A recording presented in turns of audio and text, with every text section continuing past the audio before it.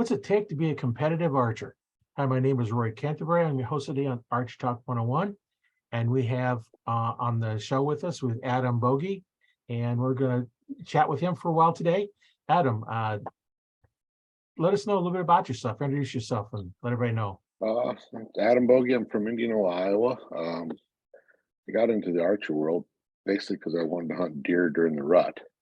That was the whole purpose of it, and it kind of bloomed from there. I got my first bow in 2016, and I had, never shot a bow. You shot the ones you shot in gym class, but that wasn't a bow you hunted with to me. So I got my first compound, and I met up with a local shop here close to us, and with Scott Pace and Back 40 Archery. He helped me out quite a bit, getting started with form, what to do, what to use for that. The whole plan was just to hunt. And a funny story about that, me and a good friend of mine joined a winter league so we get better at hunting. We wanted to be able to make sure we made ethical shots. That was the whole point of it.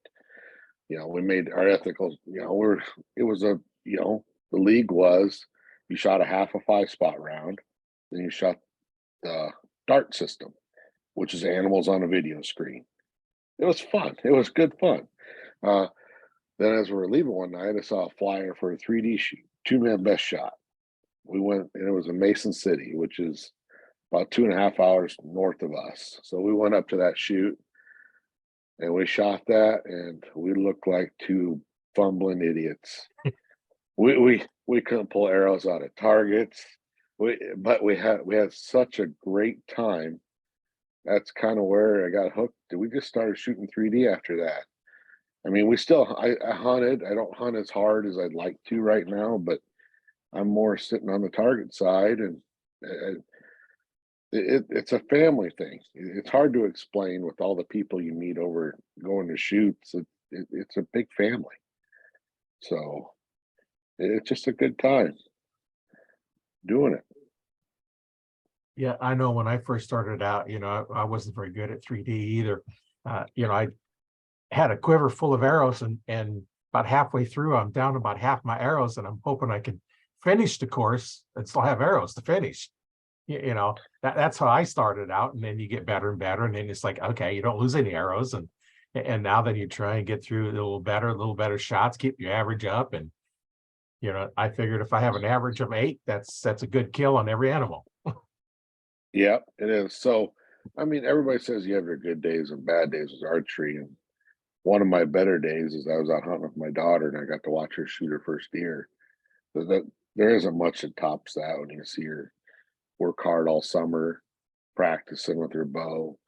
I mean, she shot 3D with us. I mean, it just kind of, and she shot her first deer. It was great to watch. Then bad days, I was on a 3D course, and everything went wrong. I had a new release I was using, and it was Carter Attraction, which is kind of like the Evolution, but it was run differently. When you drew back, you didn't have your hand on the safety. You drew back. When you got settled in, you pushed the trigger, then continue to pull through and it'd go off. And I don't know what happened that day. I couldn't get anything to work right. Out of 40 targets, I shot a 200, and I was like, I don't know. Maybe this isn't for me. And so on the way home, I was riding with my buddy Kyle, and Kyle goes, the good thing about that release, I could switch it to a thumb button. He goes, well, just switch it to a thumb button, see what happens. And we did that, and a lot of guys go, you're just going to punch it. You're just going to punch it. Well, I've worked hard enough at executing that release that I could pull through and activate the shot. And I started doing that. Things started coming back around. Then I upgraded to the Wise Choice, which was just a thumb button release. And it's been a lot of fun ever since. And we started, as you said, when we got started, we just did local shoots. Then we went to a Reinhardt 100. That was a big shoot for us. We went to that one year. Then that same year, I went to 3 of them. The next year, I went to 3 of them. I went to one in Iowa, Sparta, Wisconsin, Aurora, Minnesota. And there's the Aurora trip was a lot of fun. That's where my buddy Joey got basically hooked on the competitive side. He was just a hunter. He was a very good hunter. So he had a 7-pin sight. Me and my friend Kyle were running single pins at the time. As we're up there, and a 7-pin sight shooting the targets at 42 yards, you're gapping pins. Well, we're dialing our sights to 42 and shooting. He goes, after the scores come in, he struggled. Just on the way home, he ordered a single pin sight. He goes, I'm done. If we're going to do this, I'm going to do it right. And he had a single pin sight coming, and then it kind of took off from there. And that was leading up to I got really into more of the target side in 2019 when Iowa had started its own ASA association. So we had state qualifiers here in the state, and that to me, that's I love that format of 3D shooting. It's not it's not just aim center. You have an upper and a lower 12. There's a little more strategy involved in it, and I just like the strategy involved. I mean, you get, let's say you're up by 2 points. You got a deer 50 yards max. Are you going to aim IBO? You don't lay off. You aim center. It's a center 12. Well, ASA, you have an upper and a lower. Well, do I call the upper and aim just a little bit low? Maybe I'll bump up into it, or do you aim at the lower and aim a little high, maybe fall into it? It's just another aspect of it. Then I've always struggled shooting paper. It's 20 yards. It should be easy, but it's a mental game. It's all mental. So, yeah. And I'm starting to enjoy it, and I know a friend of mine's going to listen to this, and he's going to call me later and go, "Yep, you are." Yeah, but but it makes me better as a 3D shooter. The shooting the Vegas round and the 5-spot, and 2019 really started it all out for us, because that's the year I shot my first Iowa Pro-Am, which is great. The Iowa Pro-Am is 15 minutes from my house. So I spend all weekend up there shooting, and everybody goes, "How was it for your first time?" Well, you get up there, and we'll shoot Friday nights because we call it the Iowa night. Friday night, most of the shooters there are from Iowa. It's a 6:30 line time on a Friday night. But it's great. Most of your friends are there, local shoots. So it's 4 minutes for your 5-spot round. Well, I had 5 arrows off in 2 minutes. I went, you've got to slow down. I mean, the adrenaline was pumping. I was pulling through the bow. I mean, wow, this is, that's a feeling it's hard to get every time. And, and I was still using my bow hunting bow then. I just haven't, we were getting into it, and then I found the world of the target bow. And everybody goes, it's a rabbit hole. You fall down the rabbit hole, you're not coming back. So no. But I did, and I started out my first target bow was a Victory 39. Good friend of mine, Joey, sold his hunting bow, didn't have a bow at the time, and found a Victory 39 cheap. And I happened to be left-handed, so finding stuff to shoot and try is tough. Well, I'm fortunate. Joey is left-handed, which is bad for me and bad for him, because, well, I'll shoot your bow, see what it's like. I shot it a few times. Oh, I gotta have one of these. So I went and found one, shot it, and got it set up, and I shot that for probably 6 months, and I needed to get some draw mods.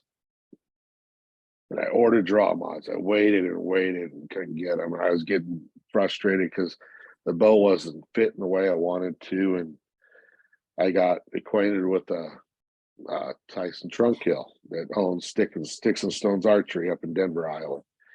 And I called him. I said, "Do you have any left-handed target bows?"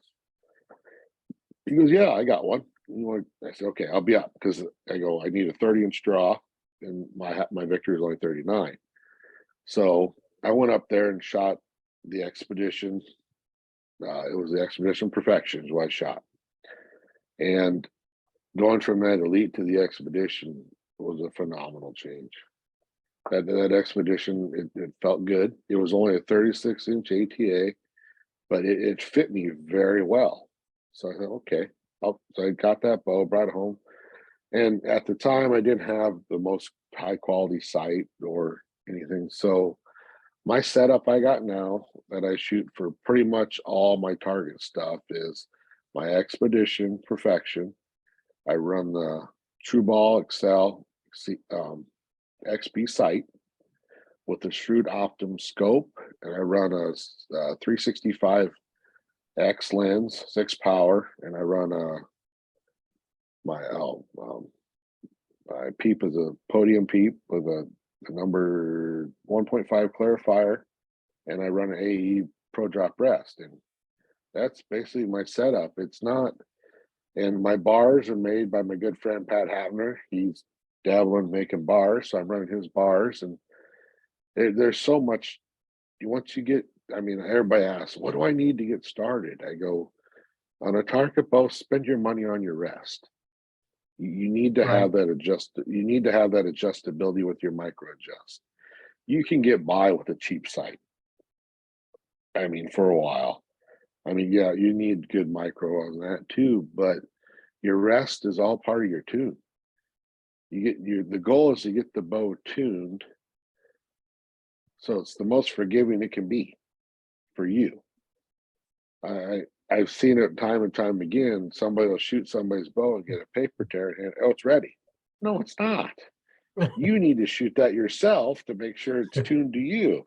But it's you can go down. That's a whole nother rabbit hole of tuning. But I mean, where do you go with it? I mean, that's part of the fun of it. So yeah. So it's been a lot. That's kind of how I got started and where I'm at now. And last year, Pat called me up it was a Wednesday night. He goes, "Hey, you're going to get a call from Jason Abel." I go, "Who's Jason Abel?" "He's in charge of the pro staff for Expedition." I said, "Really?" So Jason called. I got to talking with Jason, and last December, I signed with Expedition to shoot on which is now their promotional staff. So I've been on Expedition's promotional staff for going on 2 years. This will be my second season with them. So, and they've got a lot of good products coming out now. I like the new X-Lite series. Hopefully I get my hands on one of them. I can get back with you and kind of give you a review on some of that for what it's got. But there's a lot of good products out there for even the beginners. I mean, you got to shoot what fits you, not what's popular. So that's why when I had my store, people come in, it's like, well, I want to get the best. Well, what is that? And I say, well, they always say Matthews. And it's like, well, no, they're not the best. They're great bows, but the best is what fits you. If you take any top end bow, you could take a $3,000 bow. If it don't fit you, it's not worth anything. But if you take a $150 punch out bow and it fits you perfectly, then it's worth more to you than the high dollar one because it don't fit you. That's like he's talking about. It's it's got to fit you, and setting up the bow and that's I've done that for since about 2001 when I became an archery dealer. I became a PSC dealer and start setting up bows. And I spent a week down in Tucson at their dealer school learning how to set up their bows, tear them apart, make strings, make the steel cables back when they slide steel cables on them. That's kind of an art that try and find somebody that knows how to do it anymore and is willing to do it. Because if you can find them, last I heard, there's like over $100 a cable, and ain't nobody gonna. It's not worth it because the bow's not worth it if it's still using steel cables. It's pretty much not worth it anymore. But those are more of a nostalgic thing, hang on the wall and talk about it. But like you said, some of that's a dying art of what used to be. But it's art. I've met a lot of great people through archery. My first ASA Pro-Am was in Metropolis, Illinois, and I was shooting the K-45 class. my whole goal down there was to shoot even. That was the goal of the weekend, and I ended up shooting 6 up for the weekend, and I was happy. And it's a lot of fun. That I haven't met anybody in the archery world that I can say I really don't like. They're all very helpful people, and they'll all talk to you. I mean, there's times I want to talk to someone, but I think, well, if they're practicing, I really don't want to bother them. But they'll tell you afterwards, why don't you just come talk to me? Well, you're here to do a job. I mean, that's your livelihood. I mean, so, and to me, it's a hobby, and it's just good time. I mean, so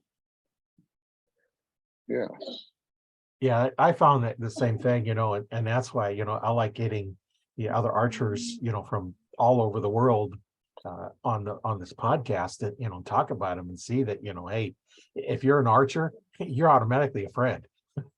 yeah, yeah. y- I You mean, know, so it's a different mindset, I guess. You go like yesterday, I was at a Lancaster style shoot at Archery Field and Sports, and I made it through the first round. The second round, I ended up losing to the guy that got second shoot by, and I'm all, we're done, and they go, "Hey, would you do the commentary for the finals?" Sure, I'll sit behind the mic and talk about it. And that was a lot of fun. That was a different side of it. I got to tell guys what about each one of the archers, and I knew all the guys that were there really well from either different shops or on the 3D course.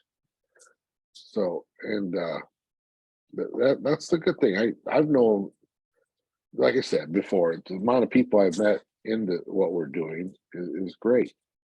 I mean, that winter league we first joined up and we went over there. It was 3 of us from Indianola driving to Oskaloosa, which is an hour drive, which we took once a week. We drove over and shot league, and we met what we call the Oskaloosa group. Pat Hafner, Jason Ross, and Jacob Ross, Rob Riley. We got to meet with those guys, and they're great friends. We anymore we go to 3D shoots. There's either 2 or 3 of them with me, and we go like this winter. Next week, we go to a big 2-man shoot up at Echo Valley for a 3D indoor, and they'll be up there. We'll be up there. We're going to get a motel room. We'll shoot Saturday. We'll stay the night, come back in and shoot Sunday morning for practice and go home. But I don't know how many other sports you could do that against your competitors. And by the end of the day, you sit down and have a beer with them. right. I mean, it's not about. I don't get me wrong. I like to win. I don't like to lose. But at the end of the day, I'm competing against myself. If I can beat last week's score, I'm doing something right. The Right. wins will Yeah. come. You can't. It's not all about the trophy, because you've got to get yourself there. So once you get yourself there, time, practice, shooting the bow, and you hear that a lot from a lot of people. Well, I don't want to shoot with you. You got a target bow. Okay, I'll grab my hunting bow and I'll shoot with you.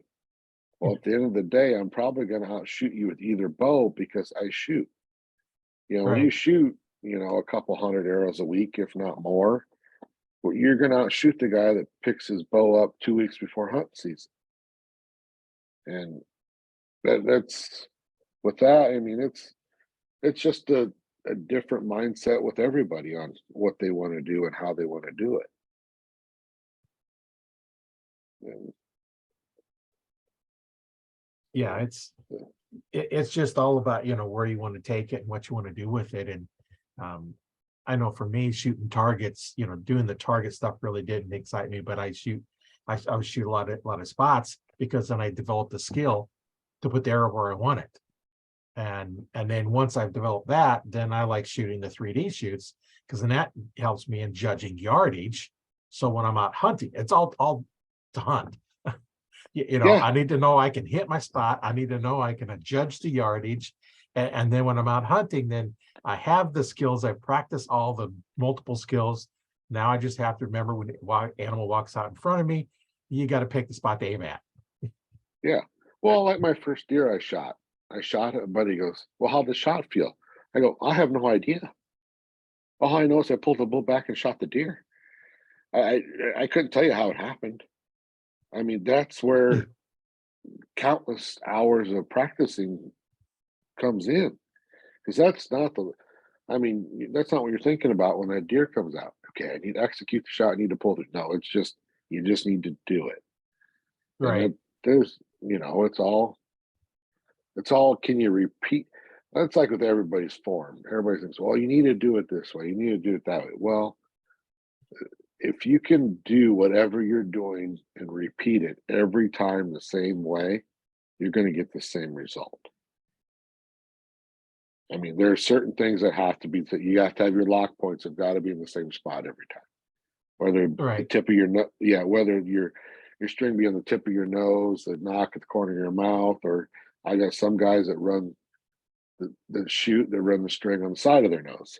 If it's in the same spot every time, it works. Right. And not all of it might not be what the book says to do, but if they can repeat it multiple times, it works for them. So, Right. and Well, and all that too, I use the kisser button and then, I got the peep and then on the nose, but it all yep, depends on what's the axle length, what's your draw length. And, that's the biggest thing, if the string it's a shorter axle length, then that string is a sharper angle. You may not be able to get it to touch your nose because the angle's so sharp. yep, If it's a real yep, tall one, you may not be able to get it on the tip of your nose because it just won't fit because it's so far, going straight up. The angle is so acute, and it yeah, all just depends on, all the different factors on them and where it's going to go. And each bow is going to be slightly different. And I had a bow one time I wanted to shoot. It was I wanted his PSD, the Browning come out with one of the counter rotating cams. And I was like, oh, that's cool. And I shot it a couple times. It was nice and smooth, but I just couldn't get it to fit me. It just yeah, it just didn't fit. So I was like, I wanted to shoot that bow, but I couldn't get it to fit me. It just would not fit for some reason. And that's like you were saying, you just got to get something that fits you. That's the most yeah, important thing. If it don't fit you, yeah, you're not going to shoot it very well. yeah. Like when I started playing with long bars, because I run a 30-inch front bar and we're talking bow and a 12-inch back bar. And I ask people, what do you run for weight? And he goes, it's all personal preference. Well, I go, what do you mean by that? The one guy goes, you'll know. The bow will tell you what it needs. I go, Right. what do you mean? So I'm putting it one day, I'm putting it on, I drew back, and it just sat there. I'm like, there it is. That's it. That's the combination. It just sat, it didn't move, the float was good. And so, and everybody's counting your weights. I go, well, that's fine. You can count my weights, but that might not work for you. So, and some of the new archers that are getting in the target side, that's what I tell them. Start with low amount of weight, figure out what works, and go from there. Because you get too much weight in the bow, now you can't hold it up, and you're struggling, and you're wore out by Right. the end of a round. So start. I mean, there's times I think I have too much weight on my bow, but it works. Yeah. Yeah, but it's just yeah. So going back to now, we're a few years in. Like this will be our 4th year for the ASA in Iowa. 2 years ago, I become an Iowa ASA state representative. So I'm helping directly with our directors setting up shoots, and it's we don't set the shoots, but we help the clubs do it. So, which with the clubs posting the shoots, it helps the clubs get more shooters to their club to shoot. Right. Which I don't know if you've noticed, numbers are dwindling on shoots, on 3D shoots. How do you get them back? I don't know. There's a lot of different ways, but we're getting to the point now. I think we're up to 9 shoots this year for ASA and plus our state, and we've got pretty good quality of shooters coming through. It's not the K45 class is really tough. It's a very tough class to shoot. That's probably our biggest class right now. Our K-40 class is good. And this year last year the club out of Flint River down by Burlington started S3DA club. So the younger kids are starting to get into it, which is great. I enjoy seeing the kids shoot. That's fun to watch. Watching them come up. My daughter shot ASA with me. She got, and my daughter and my good friend Kyle's son Deacon shot, and Jason's son Jacob has shot. I've seen them shooting since 2016, and they're Kyle and Jacob, Deacon and Jacob are phenomenal shooters. I got to see them place the podium at the Iowa Pro-Am. It was 3 years ago. I got to see those guys place there. I've seen my daughter in 2 shoot downs at the Iowa Deer Classic in the 3D side. And then at the ASA, she's got 2 state titles. So I enjoy winning, but to see the success of those kids, that's awesome. And, I got into this game late in life. I was 40 when I started shooting a bow. So they started when they're in their teens, and they're just beating me up. I left one side down the other, but it's fun, That's what it's about. Get the younger people in, because the older people are starting to disappear that are doing it. Get interest in the younger people, and we'll keep this sport going. So Yeah, that's what's nice. In some of your schools, they have archery programs and getting the kids involved in it, and that's always a good thing to do, because that you see some of the kids they'll get on the Wii or something and play an archery game where they're shooting this fake bow, and it's like, why don't you go out and shoot a real bow? yeah, and that's what we're fighting is against all the games, the thumb exercises where you're just constantly using your thumbs to play games, and get your whole body in it. And that's a skill that once you learn, you can shoot for decades. yeah, I know guys in their 70s that are shooting. yeah. We got 3 older gentlemen, Steve Lepick, Tommy Thompson, and Mel Miller. I know those guys really well, and they are in the same class. I think they're in the senior masters class, I believe, and they battle it out every time they're on the course. You should hear them hoop and holler back and forth. It's just great to see that. So somebody will get a good shot, like state that Steve was having a bad day and happened to shoot a 0, and I was a target behind them. I heard Tommy said, Steve goes, "I'm ahead of you now, Tommy. I'm ahead of you on 0s." Tommy goes, "Oh yeah." So Tommy shot the bag target behind the target. Goes, "That we're tied now," and I just about died. And like, come on, you guys. But that's if you get to that, people that long, you can do that. I mean, that's what makes what we do fun. I mean, it's Karam. I mean, it's great to be able to be even that age and still go out and compete and have fun and do it with your buddies. Yeah, I hope that's always the fun part. I know when I was younger, a friend of mine, I used to go to school or go to shoots with all the time, and we didn't really care how we showed up in the overall ranking. What made a difference is who got the higher score, because they got to give the crap on the way home instead of receiving it. Yeah. Yeah. One of those is like, okay, who gets bragging rights this next week until we go to the next event, and then next week it changes. Yeah. So I mean, but around our area, like Iowa, you're in Nebraska, correct? Right. I mean, wintertime, there ain't much to do in the winter. It's cold and snowy. Right. So I'm fortunate enough. I've got there's 3 indoor ranges I can go to within 45 minutes of my house. Archery Field Sports has an indoor range that's up to 40 yards. I shoot in a little one in Lacona. It's just 20. but it's then I got Total Outdoorsman and Pella, which I've taken a fairly big role in helping them with their shoots and everything there. That is actually 60 yards indoor. Oh, that's And teeth. long range. Yeah, and it's a great facility. It's 24/7 access, and it's only 120 a year Well, that's for not that. bad.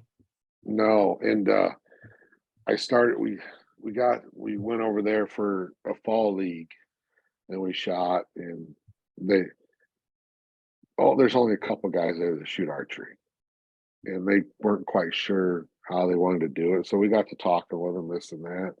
Next thing you know, they're asking, "Would you just kind of help us out?" So I kind of taken the reins, and now we run a fall league before deer season. It's 4 weeks. It starts September and ends before October, before bow season opens here in Iowa. We have usually fairly decent numbers for that. Then I run a fall league, a winter league, which starts after hunting season closes. And that is, we shoot the ASA DAR face, which is, it looks like it's got ASA rings on it, but it's just on paper. And I'll set those targets at 10, 20, 30, 40, 50 yards. Then I got one that I move around. It could be wherever I decide to set it that week. Like the first week was 15 yards. The second week was 20, 35.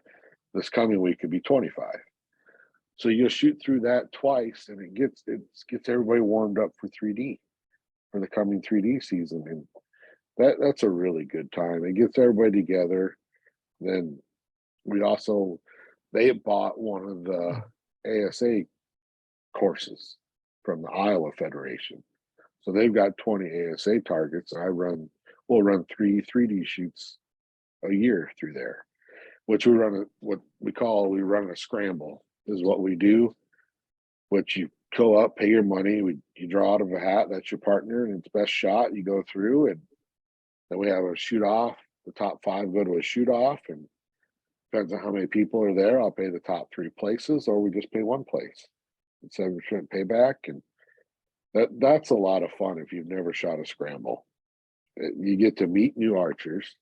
You shoot with somebody you don't ever get to really shoot with, and you get a little money at the end if you're good enough. So Yeah. I mean, it's just a lot of fun. I mean, you get guys together, and even gals. I've shot with a lot of women that are fairly good archers. I mean, really good archers. So Yeah, I know a few that are really good archers too. So yeah, yeah, it's a sport that doesn't make any difference. It's all the skill. yeah. You don't Oh, have yeah. to be big and strong. You can shoot 35 pounds or 30 pounds. You just got to learn how to shoot it. Yeah. I've always laughed these guys. I need a 90-pound bow. For what? For and I just get a chuckle out of it. That's fine. You want to pull 90 pounds, go right ahead. I just laugh, and everybody, and all my bows are 60 pounds. I can kill a deer with a 60-pound bow. I watched my daughter kill a deer with a 45-pound bow. So don't tell me you got to have 80 pounds to kill a deer. No. I mean, it's all about shot placement and putting it where it needs to be. So yeah, my first that's all. my first deer was 52 pounds. I was 20 feet up in a tree, and the deer was 40 yards away. And when it turned around, I almost put the arrow as a full length 21-17 arrow. So it's like 32, 34 inches long, and it almost went completely through. And yeah, there's, yeah, and yeah, it's just one of those. Archery's taken off for me. I mean, I've been fortunate. I've been around a lot of great people to help me along the way. So I mean, like I said before, Scott helped me when we got started. And the first time I remember very vaguely the night we got those resistance releases. We're back there, and I pull back. Probably my shooting the evolution. He pulled back, let off the safety, and went off right away. So that just tells you how hard we were pulling on the back wall with our wrist straps when we were going. So we got started, and there's been nights that we went down there, we'd shoot league and stop at Scott's on the way back, shoot with him a little bit. There's nights we'd leave his house at 3 a.m. because we were playing a game of darts with our bows on an 8-yard target. Well, then it got to the point it got too easy, so we make up other rules to make it harder. And Yeah. it's just stuff like that. I mean, I don't know how many things the guys can do that, yeah, you know what I mean? It's good times with other people. Yeah, there's a lot of different game targets. There's the tic-tac-toe game, where you have the tic-tac-toe. It's shaped just like that. Then you have, your dart ones look like a dartboard you shoot. You have ones that have cards on them. Those are a lot of fun games to play. Playing the tic-tac-toe is kind of fun because, if you want that spot, you got to get closer to the center. And if you already Yep. got yours dead center, then the only way they can take it away from you is stick the arrow down the back of yours. Yep. So we play the international face that has the 3 verticals. Right. We set those up for tic-tac-toe. And we do it at 50 yards. So if you want to lock your spot in, you have to hit the X. But if you're not in the X, and someone wants that spot, they hit the X, it's theirs. Right. So it comes down to who can steal your spot towards the end of the night when we're playing that. And we usually do it with teams after league. We do all kinds of games after league. We do an Annie Oakley with balloons. Oh, yeah. I don't know if you ever shot an Annie Oakley before. No, I haven't. Line up. So what we do is we line up 3 guys. The first guy goes first. If he doesn't hit his balloon, the second guy misses. The third guy hits the balloon. Those top 2 guys are out. Oh, okay. And it just goes through there. And when there's a little money and a little side bets going on, so it just makes it a good time after league. We come up with little games after league usually when we play, and it gets everybody involved, and everybody has a chance to win a little money. It's good times. Yeah, one of the shops around that used to be around here over in Council Bluffs, they'd take a vacuum with the exhaust port pointing up, and they stick a ping pong ball on. Yeah, and that's this a good ball is bouncing time. up and down, up and down, up and down. You're trying to shoot it, and your form all goes away because you can't use proper you're form. gonna punch the punch the trigger. You're gonna have to try and get a timing and just go, because it's not consistently just not floating there, because it's bouncing up and down, and it's not a consistent up and down either.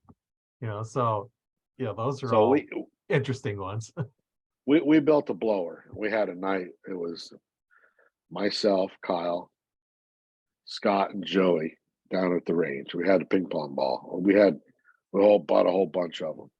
And the game was, if you stuck the ping pong ball to the wall, you got 3 points. If you just knocked it, it was 1.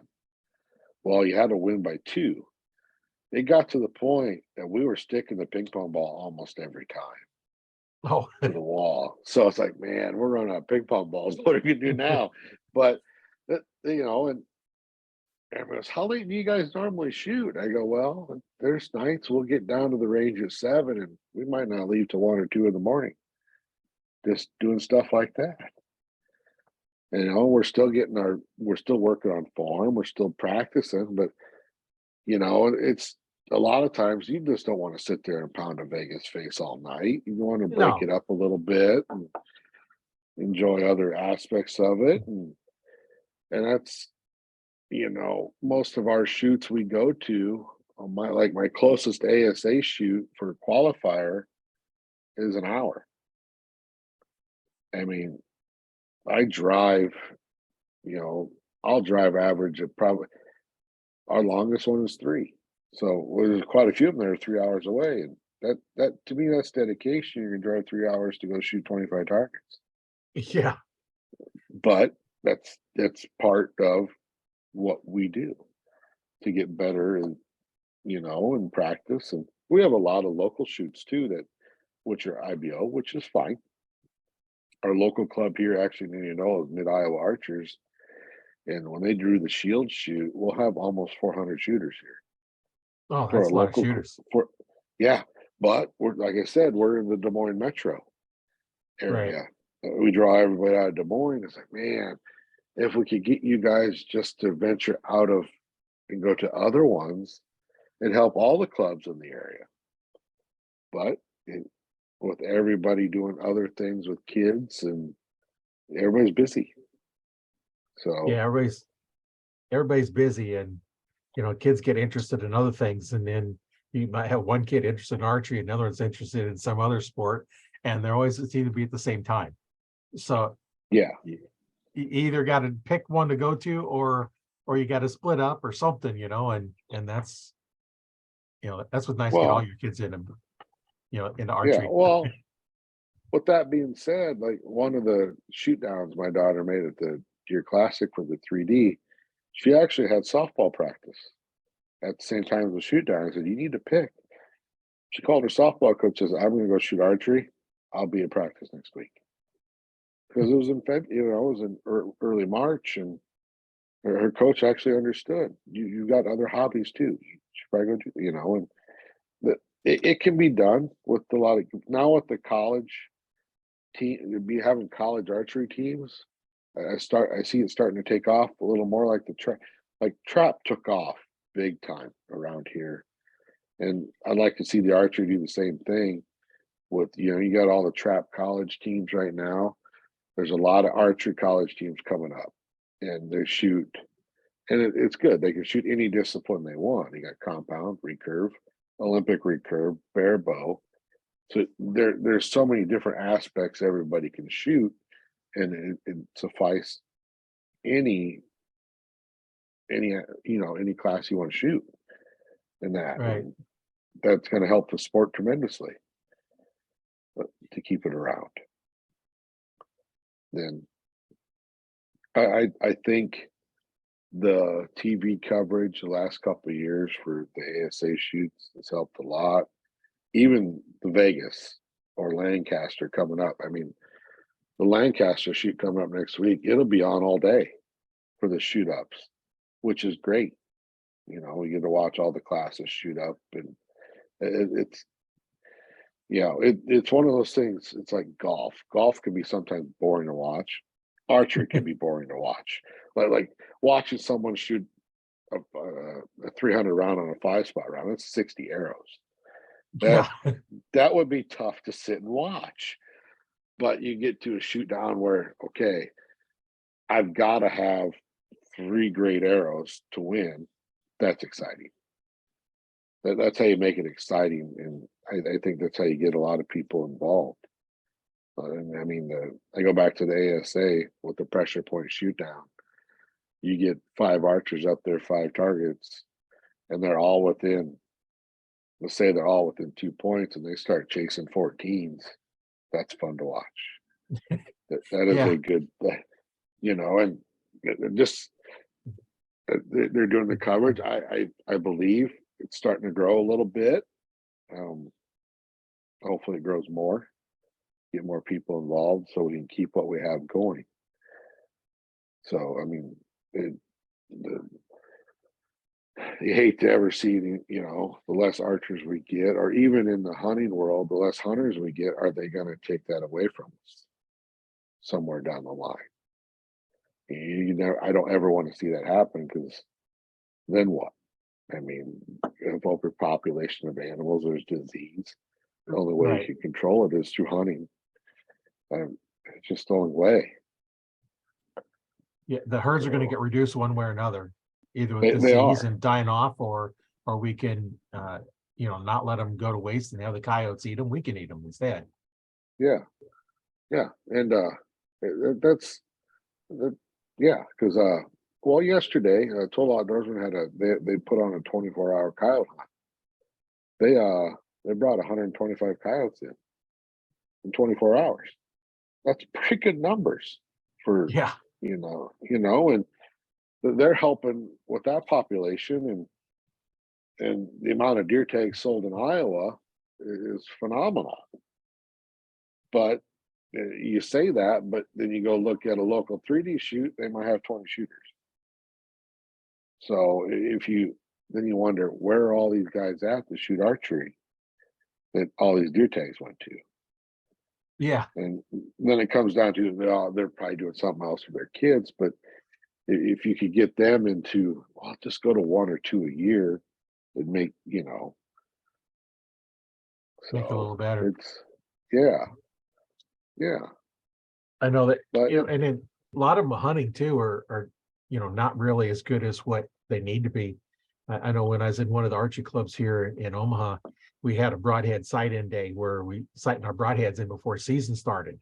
And we had broadhead targets out. And I was amazed at how many people at a 10-yard target couldn't hit where they needed it to be. At 10 yards, they weren't even accurate enough. So, that's what we had. And I was amazed how bad some of the shooters were. And, I don't need to practice. Yeah, well, you do need to yeah, but practice. the minute you say something to them, their ego takes over, Right. and you can't talk to them. It's like, dude, I'm just trying to help. But and I see where they're coming from. I guess to them, it's no different than Iowa shotgun season. Right. Those guys only pick their shotgun up once a year. It's for shotgun season. I mean, it's just the way it is. And there's a few of us that found the passion for the target archery side to make us better hunters. And, Right. But if you now, well, I will say, because John Dudley does live not too far from where I'm at. Um, he has a cult following of people, and he's getting people to shoot, like all the TAC events he goes to. That you can't get into a TAC event now if you tried. They sell out in 10 to 12 minutes. Which maybe that's what it needs to get people shooting again. Is those big social party events, they call it, or I don't know what else you want to call it for a shoot, but I've never been to a TAC. It doesn't. I'm not saying I'd like to, but I don't know if it's what I'd like to do. Now, for our listeners that don't know what that is, explain what a TAC event is. The TAC event is a total archery challenge, and they got different courses. Like I said, I've never been there. I've seen a lot of videos of it, so I'm going by what I've seen. I've got a couple buddies that have gone, but it's basically you hunt. It's in the mountains or on a ski resort. You're up and down hills, and there's some courses your shortest shot is 60 yards. Your longest shot will probably be 120, and they're not friendly shots, for what I've been told. You might have a rock an inch below the vitals of a 3D target. And they say they got piles of arrows. The guys I've talked to, they took 24 arrows with them. They only brought 5 home. Oh, Just from, well, not that they missed. It's just you hit objects that they break, but people love that. I mean, I've seen the videos. It is neat. I mean, it is neat to do. The Reinhardt 100s are picking up. I have done those. Those are a lot of fun. If the listeners are listening, if you can go to one only for one day, shoot the African side. That is the side I would suggest you shoot. That is the side you will see targets that are custom built by Reinhardt. They don't sell those targets. I got to shoot a life-size giraffe, and a T-Rex. I mean, a life-size elephant. Like the giraffe, to pull the arrows out of the giraffe, you got on a step ladder to pull them. And there's a lot of neat videos of that. I'll see if I can share a video that we made on the Facebook page. So give the guys that don't know what the R100 is kind of a clue what it is.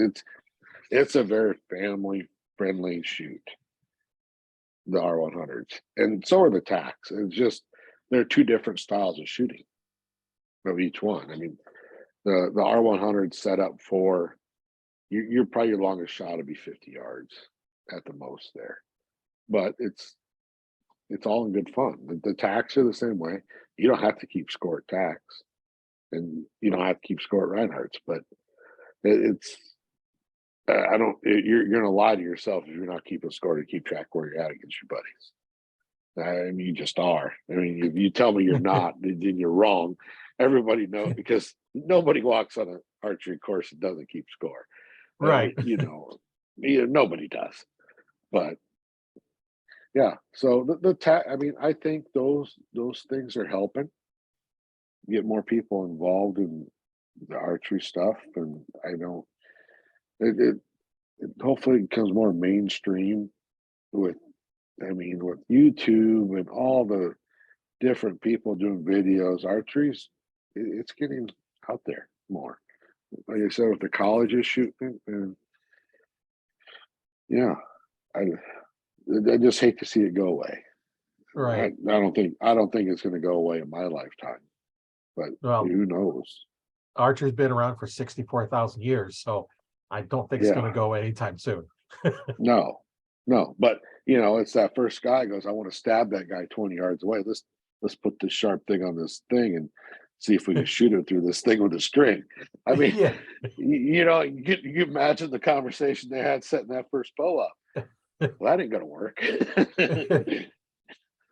Yeah, So just take a stick and put a string on it and fling another stick. That's archery. yeah, yeah. Now you got to do it 10 times to make sure it works the same way. Yeah, but yeah, I've shot behind the guys that shoot the trad bows. Oh, that looks like a blast, but I really don't need to go down another rabbit hole. I'm down to one deep enough now, but Yeah. those guys have a lot of fun. So Yeah, they do. those, I've got a recurve, a PSC recurve, but I don't shoot as much as I'd like to, but I have it set up for bow fishing. yeah, I can shoot it quicker than I can a compound. When I get yeah. the recurve in my hand, I can just look at the target, draw back and shoot. Sometimes hit it, sometimes not. I went out one time, I'm shooting at fish and I'm missing all these fish, and a little bitty skinny gar about 1.5 inch diameter comes by and I hit it. Well, I'm missing yeah, all these big fish and I hit this little bitty gar. It's yeah, like, yeah. It's amazing how that works sometimes. yeah, I've had days like that in the course where I can't buy a 12 or 20 yards at all. I got been on a short, man, all over around that thing. You get one out at 45, draw back, settle down, let it go, boom, 12, dead center. It's like, what's going on here? That shouldn't have been that easy. I can't hit the close ones today, but we can hit the yeah, ones that are a mile away. But it's like I said, and just some of the guys, if you're going to have a bad day on the course, but don't get discouraged. It's how you come back from that. And I told another buddy of mine, Mike, I go, he worries. I go, well, I shot a bad arrow. I go, until you can figure out how to make that arrow come back to your bow from the target, there's nothing you can do about it. The arrow's been fired. Move on to the next one. Fix the next arrow. Make it your good shot. You come back from that. There's so much of that, like I said before, is a mental game. And if you can get your mind wrapped around, this is what I need to do to execute that shot correctly, it'll all come around. Your scores will come around. You'll start winning, but you got to work on it. yeah. It's that arrow's in history, and if you dwell in the past, then you're just going to repeat the past. Learn from it Yeah, and move on. yeah, And 100% correct. one of the You things know, that I, I used to do with my through the rig is I'd have a piece of string material, because when I had my store, I had a great big roll of it. So I'd make one, fits around my thumb with my draw length, and I could take my release and I could practice with it until that string would go straight off my hand. So I'm out there, something's going wrong. I'll use that string technique. And once it starts shooting off my hand, like, okay, I'm back again. yep, Then next yeah, arrow's good. Just yeah. something you can practice on the way. It's amazing what a mental reset will do Right. to get you back into it. And so, and yeah, it's hard sometimes watching the guys. They have a mental breakdown. They just don't know what they're doing. The equipment's wrong. They don't know. You need to relax, take a deep breath, and start over. And uh, yeah, it just there's a lot of people that get discouraged with that, or even coming in, like I said before, they come in and see all the target bows sitting there, and the guy's shooting that. Well, I don't want to shoot league here because I can't compete. And it's the old saying is like the cream always rises to the top. Well, Right. that's the unfortunate saying. It does. You get target guys that shoot their target bows well. Do you not think they're going to shoot their hunting bow well? You know, and that's like I said, it's just want to get more people involved. And if I can figure out how to do that, I will. If it takes talking to you or talking to other people every day, go, yeah, just come shoot. I want you to feel what I feel when I'm around everybody that I consider a family. You're going to get that you might not have in your life, and it'll make it better Right. because of a bow and an arrow. So Yeah. And it's, all over the world. I had a guy from South Africa on here not too long ago, and his story, you can go back and listen to the podcast on there, or watch the video. I think it's out yet. Where he wanted a bow, didn't have one, had to make his first bow, and then he finally had, I think his sister bought him one arrow, and now he supplies all the wood arrows for South Africa, and he makes bows. You can take it wherever you want, and yeah, that's just something that, where do you want to go? You want to stay in the traditional realm? You want to do wood arrows? You want to do aluminum arrows? You want to do carbon arrows? I wouldn't shoot too much aluminum anymore because you shoot them for a year and you got to replace them. And carbons, they're either broke or straight. they're broke. Yeah, they're broke or they're straight. You're right. They're broke or Right. straight. Yeah. And And you got a bent.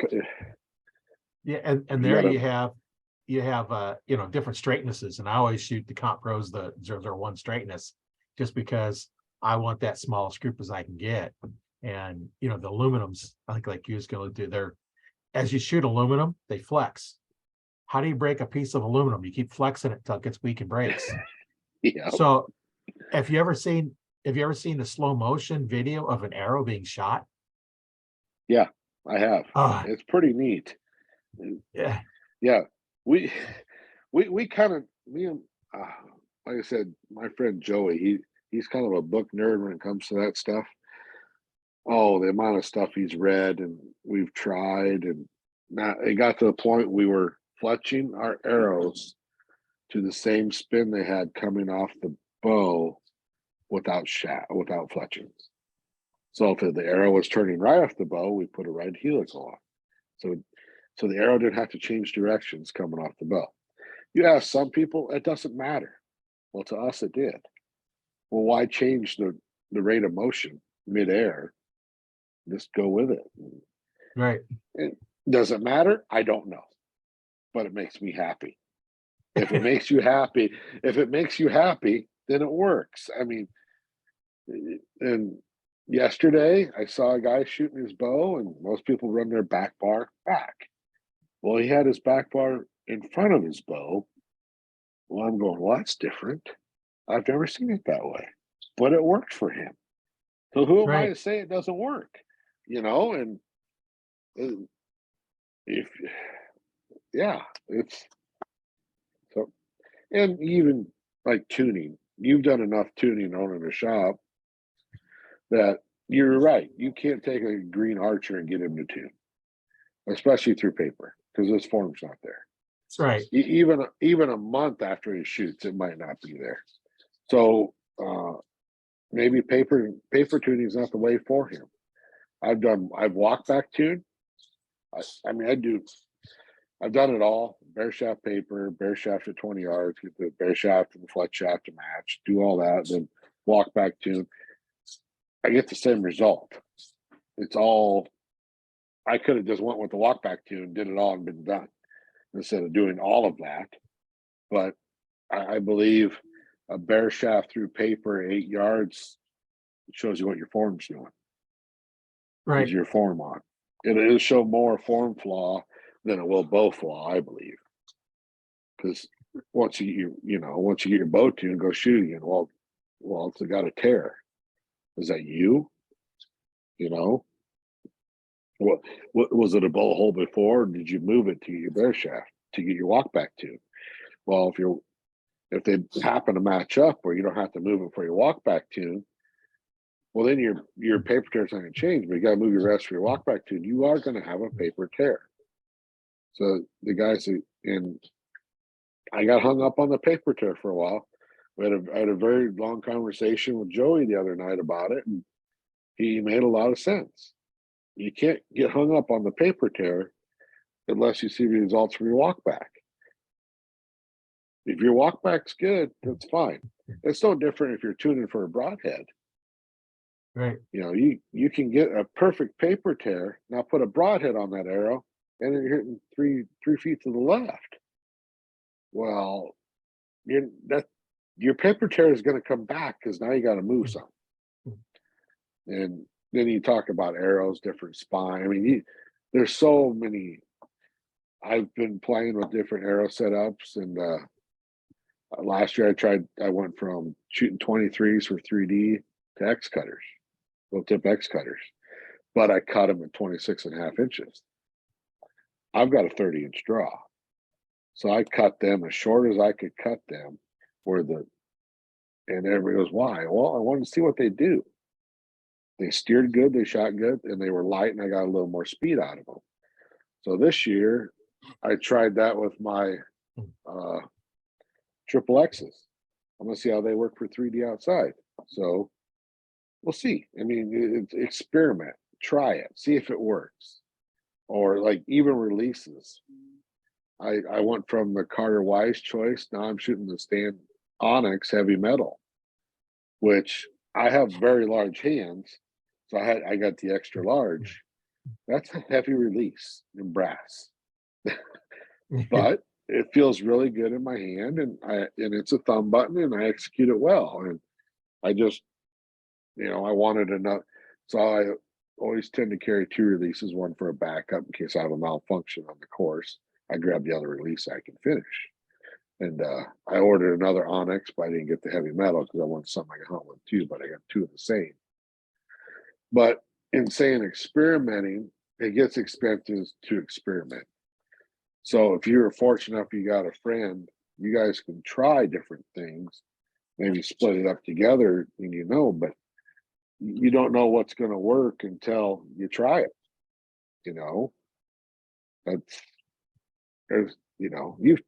You've been in the shop business, if you know what, is it going to work? I don't know. Let's try it. Yeah. That's what archery is. You got to experiment and see what works for you. But I remember I've told this story on one other podcast, but it kind of fits in here too. I had a gentleman call me up, not too long, before we closed, and he said, "Can you set my bow up to shoot 2 arrows same time?" I said, "Well, why?" And he says, all the rest of the shop said no. And I said, "Well, you can't afford me while I'm open, so come in after I close, get right as I close, and then we'll go play." And it was back before they had center shot design risers on his bow. They had them, but his was not one. So you use stick-on rests. So I was able to put two stick-on rests on there and knock up 2 arrows. And what he wanted to do, he was a motivational speaker, and he wanted to get the kids' attention by shooting 2 arrows and popping 2 balloons. Way to get kids' attention, right? Yeah, that good would icebreaker. It's like get their attention. So we played around with, because he's using a release, and if he's doing figures, put it one above the top one between and one below, then 3 that way. It could, but he's using a release, so we had to put a loop on it. So we're playing around with adjustment, how lining up the fletchings, so that they didn't interfere each other as they're shooting, and tying a loop, maybe tying a loop in between both of them, tying it above them, below them. And we found the only way that really worked is you have a knock point for the top arrow, which is the loop, and then another knock point for the second arrow and a loop down below it. So we're pulling the loop above the top one and below the bottom one, and that gave us our best consistency. And we was able to get groups they grouped about 1/8 of an inch is the most variation we have between arrows. Wow, that's insane. Now they weren't very fast because you lose half your power because you're shooting double No the weight kidding. arrow. Yeah. So we was able to But do it. it worked. I mean, you never would have tried it if someone would have said that. Right. Well, You know, now they got a crossbow that shoots 2 bolts. oh yeah. Yeah, Bowtech has a crossbow that'll shoot 2. Oh yeah. You shoot I one, haven't you can seen that shoot the one. other. Yeah. So, I mean, some guy had to think of that and try it, you know? Well, yeah. I mean, it works. I mean, what the hell? Well, it might work. I don't know. Let's try it. I mean, Yeah. So we spent about an hour and a half playing around with it, and you learn a lot about how to tie the loops on, because we tried putting knock points on them, and then for both arrows, and we found the best way to do it with a single arrow, no knock points, just your knot for your upper loop and the top and bottom knots are each side of the knock. And then yep. you just put them in there. There's no gap, no variation between them. There's no slip or anything in there. That give us the best flight out of everything. We shoot one arrow, and it kind of makes sense, because when I set up a bow, I use levels and lasers to set everything up. I'll do, I'll put the bow in, I'll get the bow's level in the jig, and then I'll get the height where I want the arrow to be, which is just slightly upper part of the burger button. And then at a right angle, tie the loop in, and then I have a laser that fastens on where your sight is. You take sight off, you shine the laser back on your string, clear out to the tip, and when it lines up, you're perfectly center shot and you're level. And I set them up that way. There's no reason really to shoot through paper, because it's the best you're going to get. Yep. Yep. Right. I've had people come in and say, they can't, they're getting terrible tears. Watch their foreman, they got a death grip on the bow, and when the bow shoots, it twists, and then I shoot it, get a perfect tear. Yeah. I see that. And someone, I tried to teach my nephew how to shoot. I said, you can't choke the chicken, buddy. You're No. choking the chicken. You lighten up a little bit on the grip. You got to. He said, what do you mean? I said, and I showed him on my hand. They go, follow the lifeline with your bow Right. on your hand right through there. And you just sit and let it relax. I go, I promise you, you will not pull your thumb off. The bow will not come through your thumb. I promise you. If the bow comes through your thumb, we have a larger problem. Right. So and he started doing it and he got it. I mean, there's got to be other ways to explain what we're trying to do, like pull them through the shot, like on your release. I mean, you're using a part of your shoulder muscle that you never activate. So Kyle come up with it, go lean against the wall, check your elbows, and shove yourself away from the wall with your elbows. You're activating that muscle. So that's one way to look at it when you're pulling through your back, and you activate that muscle and just bring it back. And they people laugh at me sometimes. I'm back there with my thumb button. I go, I just can't get it to go off. What do you mean you can't get it to go off? Just push the button to go off. I go, I can't. I had to let down. I couldn't get activated to pull through and let it go off Right. that way. But it's a thumb button. I know. I've tried punching it. I just can't get myself to do it. I worked hard enough and long enough on it. I get back there and just kind of gradually pull through and it goes off. So it's just different verbiage when you're trying to help people. What makes their head go, this will work. Oh, I know what you mean now. The light bulb goes off. Yeah. Because instead of trying to beat your head against the wall, trying to explain it, okay, I got to think of a different way to do this, so they'll understand.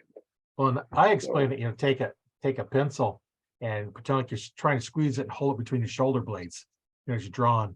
Because now that gives you, okay, I'm trying to squeeze it, and like kind of like you said, push your L, push away. You got to activate those back muscles.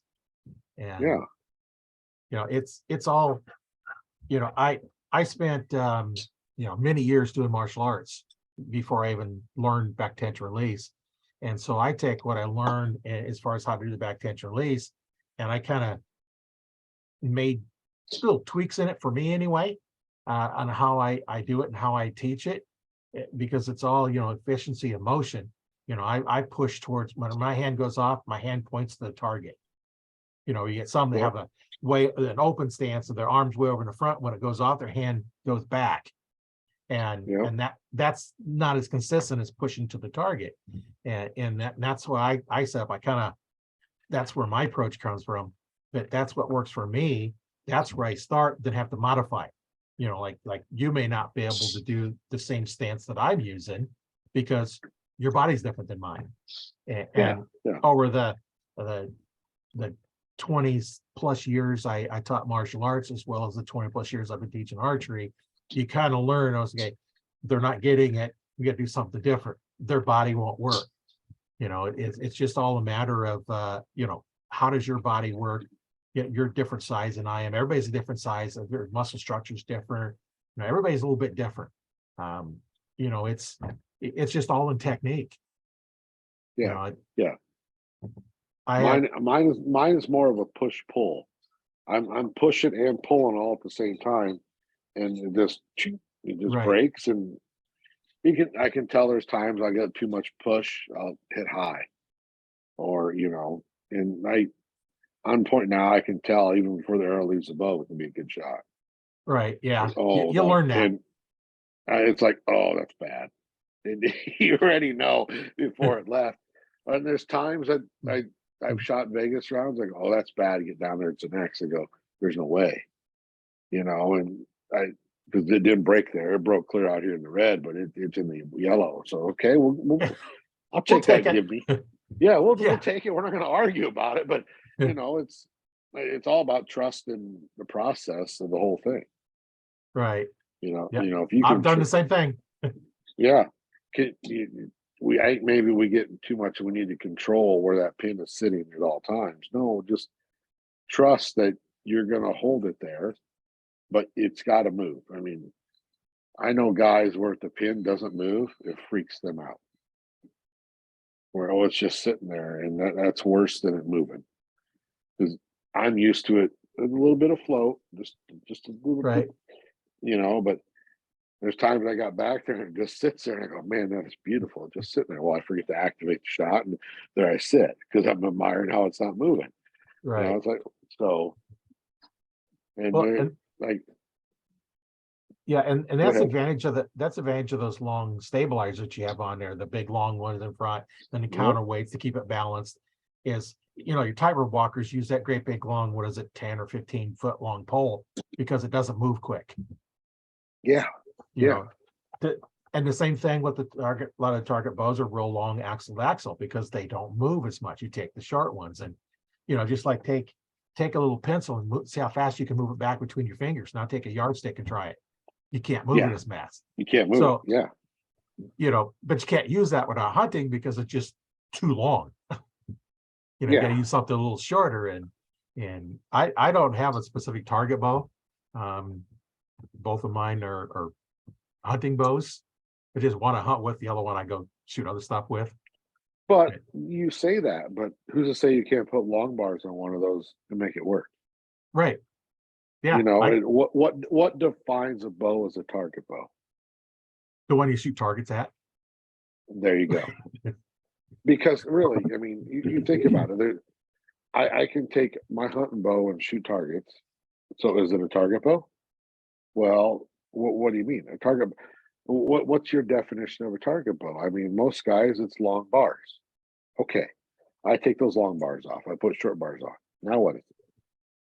Well, it's a hunting bow. Is it? I still have the same scope, same lens, same peep, everything on it, but short bars.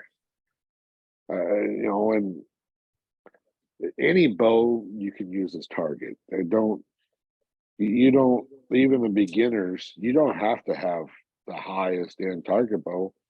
You can find a used hunting bow with a little bit longer axle to axle and set it up for a first starter target bow to see how you like it. Well, and they're a little more forgiving. The longer bows and the slower bows, they're more forgiving. You know, Yeah. I used to tell people, you know, you get the fast bows that just magnify your mistakes more. So the Yeah. faster the bow, the better your form has to be. So if you want to shoot Yep. a fast bow, you better have a good form because it's going to Yeah. magnify it. Yeah. So that's always been, if you've been around the clubs, that's always been the big argument. Well, how fast? Everybody goes, how fast is your bow? It doesn't matter. It shoots my arrow well. I mean, most of your ASAs, they got speed limits. Most of your shoots have speed limits, but you're Right. not going to take a bow that shoots 310 feet a second to go shoot a Vegas round. You're going to be exhausted by the time you get done because you're probably pulling 70 pounds plus. If not, you're lucky enough you could probably got a 31-inch draw. But most guys shooting indoor are shooting a big diameter arrow with a lot of weight. And, you know, 3D wise, and you get the, like I said, local shoots, you get the guys bringing out their hunting bows, which I'm glad to see. They're shooting them. But it's speed. Everybody gets hung up on speed. How fast is that? How fast is that? That I get it. I mean, I just don't see, I'm not hung up on speed. I'm hung up, how does that bow feel when I draw it? Can I hold it well? Will it do what I need it to do in the long run? Yeah, and that's the whole thing of getting in with somebody, you know, bow tech that knows what they're doing, and an archery instructor that knows what you're doing to get you set up, get you started. And I know when I had my store, you know, I'd set the bows up and I give them shooting instruction. You know, I'd give them some lessons before they even got out of the store, and that's because I want them to be able to shoot good, and that's just part of what I give with all my bows. Whether you're buying the low end Nova bow or the high end, you know, Pro Series bow, you know, you still got instruction because I wanted you to be able to shoot. Yeah. So, well, going back to speed, we were at an R100 and we were there shooting against some people, and it was an unknown part of it called the Super 10. It's 10 targets. You don't know the distance. You judge it. You shoot it. It's 2-man best shot, basically. And we're there shooting, and one goes, "How fast is your bow?" And there was to the guy in front of us. I looked at him. Don't tell her how fast your bow is. So don't, because if you do, she's gonna figure out how far the target is. You know, certain people, you know, and you talk with your unknown shooters that shoot unknown distance for archery. They listen to the arrow. How quick did it get there? So they can kind of, and everybody's at a max speed. Let's say ASA max speed unknown is 290 for the pro class. Most of your pro archers can listen to where the arrow hits and they can judge, wow, that helps me. Maybe it was that far. So there's another, you know, it's the things that you learn along the way to help you get better. I mean, it's even like that with hunting, you know. So but then you get the argument unknown, known. But then I ask, how many of you go out to the deer stand without a rangefinder anymore?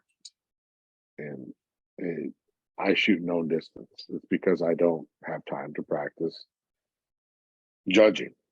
It comes down, I just don't have time to practice judging.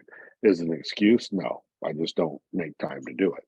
It's easier for me to grab my bow, practice, grab the rangefinder. Oh, it's 29 yards. I'll decide 29 yards and we shoot it. You know, instead of sitting there going, maybe it's 28 and a half, maybe it's 31 and a half. We'll just guess. Here we go, you know. But like the judging is a dying art too, and but you know, technology is great when it works. I just got me a rangefinder this last year. So it's the first time I used it was this year. Really? Yeah. I've been shooting a bow for probably over 50 years, and I've never had a rangefinder. I always just learned how to range to them, and when I get up in the tree, I would look at the tree because, you know, a lot of times you're up in a hill And, this one time I was up in a hill and up in a tree stand, and it was way down in the valley below. And I just ranged to the tree, and it was a 20-yard range to the trail, but it looked like it was 40. The animal looked like it Yep. was 40 because of the angle. And Yep. sure enough, I'd come by there, shot it for 20, hit row on it, Yeah. you know. The hills and stuff, that's so deceiving. Then you start worrying Yeah. about cuts. Oh, do I need to cut a yard? I mean, do I need to add a yard? Like shooting uphill, they say cut a yard. You cut a yard going uphill, and it just, yeah. There's a lot of tricks you need to learn, even hunting. I mean, you got your cut charts, or anymore, you got your rangefinder that'll do it all for you. They'll Right, figure it out. right. But So, some 3D shoots won't let you use a rangefinder, no, they will because not. unmarked, so you can't use one. Yeah. In fact, if you're using one, then your scars don't count for any kind of trophies or anything. But Yeah. the thing people don't realize on shooting up or downhill, it's not like, well, you don't want to cut a yard, add a yard. It's the the carpenters know the 3, 4, 5 triangle. So let's say you're 30 yards out and you're 40 yards above it. What do you shoot it for? Because the straight angle says it's 50. You shoot it for 30 because it's straight horizontal is 30 feet. Gravity works straight down, not at an angle. Yep. And once you get that, it's like, oh, okay, that I'm going to range to where the base of it is, not where my angle is. Okay, kind of figure out where that is. And if you're on the side of a hill, that's a little bit tough because you can't range out to where underneath them, but you just have to kind of, okay, that's where they would be at.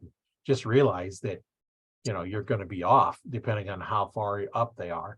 The further up they are, the less you're going to have to shoot it for. And that's what's nice about the rangefinders is they take that angle in compensation and say, oh, okay, this is 50, but we're only actually 30 away because of the angle. Yep, they do it all for you. So yeah. But it's like directions someplace. Everybody uses GPS now or remembering somebody's phone number. Yeah, I know right where it's all in my phone. Yeah. I don't hardly remember anybody's phone numbers anymore. Yeah. It's all on the phone. I just look it up and then hit dial. So, well, when I was a kid, you had to know the number because it was the dial. You turn the dial to different numbers, so you had to know them or write them down somewhere. And you couldn't go anywhere to talk because depending on how long your cord was. Yep. You're tethered to a cord, and you're tethered to a cord. Yeah. Yeah. What would we do without cell phones? The world would be a little quieter, wouldn't it? Yeah, it wouldn't have all these phones going off all the time. Nope. Well, what are your parting thoughts that you might let somebody know that's just thinking about getting in archery? Find a good shop to get you started. There's a lot of shop. Okay. I know shops don't always have the time to help set up and teach. There are some that will. YouTube helps, but keep an open mind because what is on YouTube might not work for you. You don't need the best. You don't need to go out and buy the best all the time. Start with something simple. Make it, keep it simple, stupid. I mean, really. Right. Just start out simple and go from there. And try to learn cause and effect. What happens if I do this? What happens if I do that? Just have fun with it. Just have fun. Get a bow, get set up, and just shoot and have fun. Find people to be around that are like-minded like you, and you'll have a good time. Yeah. I don't know what else. I mean, that's about all you can really do with it. Yeah, and that's why I set up the Facebook group, Archery Talk 101's Facebook group. And in there, if you want to upload a video, we'll give you some ideas and pointers. We don't allow any any links to any outside anything. If you want to upload your video, go right ahead. And somebody will look at it. If you have questions, you know, it's just a safe place to ask the questions. You know, I always say the only stupid question is one you haven't asked. Because if it's Yeah. you have a question, ask it. Everybody started out not knowing what's going on. Just the simplest question, you know. So if it's on your mind as a question, ask it. You know, and that's what the, you know, the group's set up to do, to help you out that way, and you know, get some instruction. And you know, I've been setting bows up since, well, 2001 when we got my store, and I've been teaching archery since 1995, and I've taught hundreds of people how to shoot. You know, so Yeah. yeah, and those that have listened, so you know, this far anyway, there's if you want to see if coaching might be for you, I have a consultation call, 15-minute one that's free. I'll leave a link in the description for the form to fill out for that. But you know, just find somebody that can help you out. There's ways to start, and you just got to start doing it. And don't be afraid to ask. You know, that's kind of, you know, it's made it this far. Yeah. You know, it's like, I've enjoyed talking to you. It's a lot of fun, and I can talk Yeah, a it lot is. longer, but we've been kind of going about an hour and a half now. So I try to Yeah, set a we've been schedule for going an well. hour, but we always go over. You Yeah. know, we get talking, and it's always a lot of fun. Yeah. I enjoyed it. It was fun. Yeah, it's been a lot of fun. So my name is Yeah, Roy it has. Canterbury. I've been your host on Archery Talk 101 here on the podcast with Adam, is talking about archery, and we've had a whole lot of fun. And don't forget, just listen for the next one to come out. They come out right now. They're coming out twice a week. Was once a week, but get more of them than I can keep up with once a week. So twice a week, these come out. Just go ahead and watch for them either on the Facebook group. You can join that. You can get them live as we do them, or on the podcast. I'll leave a link to the Spotify in there. Also, you can go out to my YouTube channel. I have one called Learn to Fix It Yourself, which is all kinds of fix it stuff. Yeah, we can fix your form. We can fix your lack of knowledge on archery. You can fix your need to hear more about archery. All kinds of things. So yeah, that's kind of where we're at. Thanks for watching or listening, and we'll see you next week.